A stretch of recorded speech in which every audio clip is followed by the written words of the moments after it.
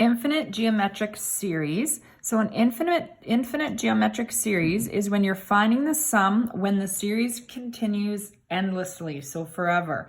So we use the word infinity. So this is going to be one that's a little bit of a unique situation. So the absolute value of the r is less than 1. The infinite geometric series, and it can be written this way. So you could have term 1 times the ratio would give you term 2. Term 1 times the ratio squared, because if you were to times this by r again, you'd get term 3 and so on. So this is another way to write geometric series. We say it converges, which is like thinking about approaches to the sum, and we use this formula. So sum for the infinity, this is the infinity symbol, is term 1 divided by 1 minus r. So this can only be used, which is what this absolute value part here means, when negative 1 is less than r is less than 1. So numbers between negative 1 and 1 is what that means. So if it doesn't fall in this category and we have r is greater than or equal to 1, and term 1 cannot equal 0, you can't start with 0, or 0 times anything is not going to give you a sequence to work with, then we say that the series diverges, which means it goes to infinity and we cannot find the sum. So in that case, we won't do a calculation. We would just say it's divergent. So when it's less than 1 or between negative 1 and 1 is how I prefer to write it, is the infinite geometric series approaches the sum. So we're going to use this example that's already worked out for us just to kind of investigate that further.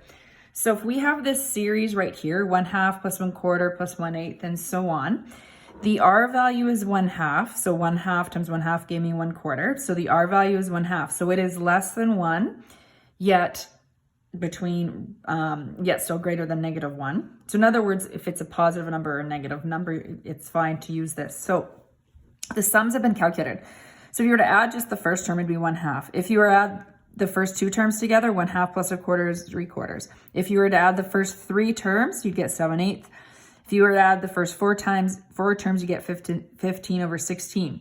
We want to know, what is this number approaching? It's convergent, we know that, but it's approaching a certain number. So we want to find the sum of the infinite number, or sum of infinity. So term 1 is 1/2. 1 minus the r value is 1/2, so we get 1/2 divided by 1/2. 1/2 divided by, oh my, can't spell. 1/2, we'll backtrack. 1/2 divided by 1 minus 1/2 is 1/2. 1/2 divided by 1/2 is 1. And so this sum, this convergent, it approaches the number 1, but never reaches it. We say that it converges to the sum. Sorry about the dog barking in the background.